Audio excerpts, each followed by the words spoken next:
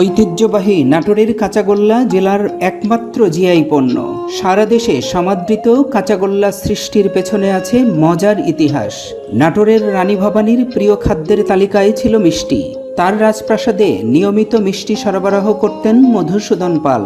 একদিন তার দোকানে সকল কর্মচারী অসুস্থ। মিষ্টি তৈরির জন্য 2 মণ ছানা সংগ্রহ করা ছিল। ছানাগুলো নষ্ট হয়ে যাবে ভেবে মধুসূদন ছানার সাথে চিনি মিশিয়ে উনুনে তাপ দেন। কারিগর ছাড়াই এলোমেলো এই আয়োজনে তৈরি হয় নতুন এক মিষ্টি। এই মিষ্টি পাঠিয়ে দেন রানী ভবানীর রাজবাড়িতে। রানী ভবানী এই মিষ্টি খেয়ে মুগ্ধ হন। মিষ্টির নাম হয় কাঁচাগোল্লা। নাম গোল্লা হলেও এটি দেখতে গোল নয়, ছানার সন্দেশ। কাঁচাগোল্লার সাথে জড়িয়ে আছে নাটোরবাসীর আবেগ ও ভালোবাসা। কাঁচাগোল্লা নাটোরের একটা ঐতিহ্য। কাঁচাগোল্লা হলো জিআই পণ্য ভাবে স্বীকৃত পেয়েছে। আর কাঁচাগোল্লা নাটোরে মানুষ বেড়াতে আসলে দূর দূরান্ত থেকে কাঁচাগোল্লা নিয়ে যায় এবং দেশের বাইরেও যায়। কাঁচাগোল্লা মূলত অনেকে ভাবে যে এটা একটা গোল্লা, আসলে গোল্লা নামে যেটা পরিচিত এটা কাঁচাগোল্লা না। কাঁচাগোল্লা হলো মেনটেনেন্সটি হলো এটা ছানা, দুধ থেকে ছানা করা হয়, ছানা দিয়ে চিনি মিশ্রিত আর হলো ছানা দিয়ে কাঁচাগোল্লা তৈরি।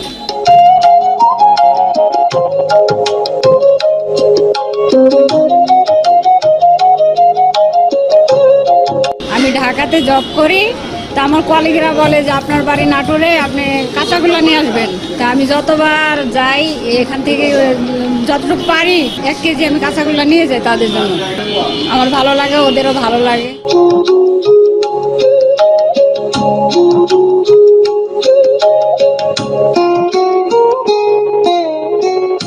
নাটোর জেলার কাঁচাগোল্লা স্বাদে ও মানে অনন্য হওয়াতে একটি জিআই পণ্য হিসেবে স্বীকৃতি পেয়েছে। কাঁচাগোল্লা স্বাদ এবং মান অনন্য বিধায় নাটোর জেলায় যারা আসেন, পর্যটকরা আসেন, তারা এই কাঁচাগোল্লা সাথে করে নিয়ে যান।